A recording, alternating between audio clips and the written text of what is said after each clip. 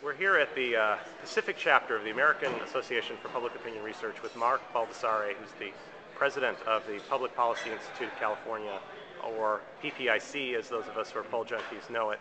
And you are here, going to do a presentation, and your colleague did one on Proposition 8. So I wanted to ask about that briefly. The first question is the pre-election surveys. Yours was done fairly in the middle of October, if I remember right. But all of the pre-election surveys had the no position ahead on the final survey, and of course the yes position won, which essentially ended the legal gay marriage in California. What do you think happened? Why were the polls? Why was the result different than what those surveys would have suggested? Well, we know exactly what happened. We asked two questions in October. One of them was, do you favor or oppose gay marriage? It was 47% favor on that. We asked a question on Prop 8, yes or no on gay marriage, Prop 8, and 52% were no. Right. About 1 out of 5 voters who said that they were opposed to gay marriage were planning to vote no. Okay. In our post-election survey, we found a similar 47% saying that they would favor gay marriage, comparable to the 48% who voted no, with only a small proportion of the no voters at that point saying that they opposed gay marriage.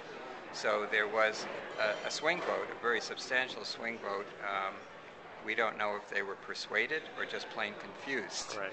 But there were no voters who were opposed to gay marriage who ended up voting yes. And do you have a sense of where, among subgroups, was there a particular movement among subgroups that would give us a clue to who moved?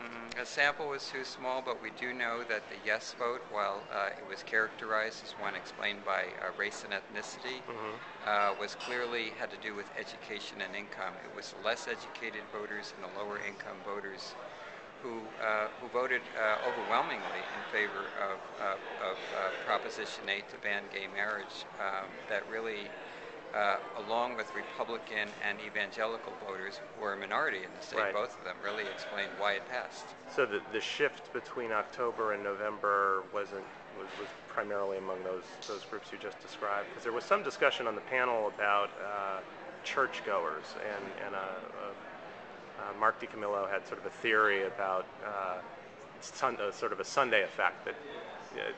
There are many theories based on small samples, okay, and our samples I don't think are large enough, because we interviewed 2,000 before, and 2,000 after the election, and had about 1,000 likely voters before in our sample.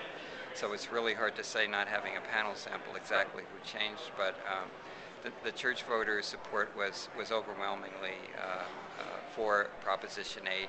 Before and after the election, so okay, I don't really see that as a swing group.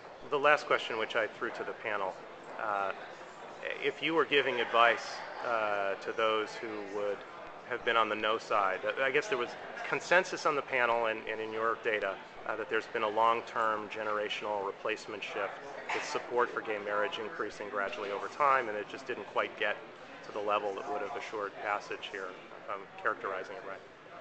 Do you think, how long would it take for generational replacement to get the majority yes, or the vote up to where it would need to be to? I don't really subscribe to the generational replacement idea. Okay. I really think that in California we're having demographic change that is resulting in lower socioeconomic status, particularly among immigrant and Latino voters.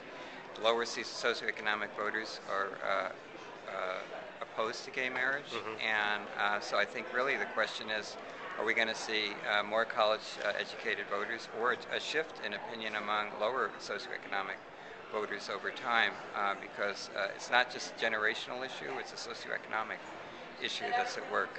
Otherwise we wouldn't have seen Latino voters and African American voters and non-white voters in California voting substantially in favor of Proposition 8.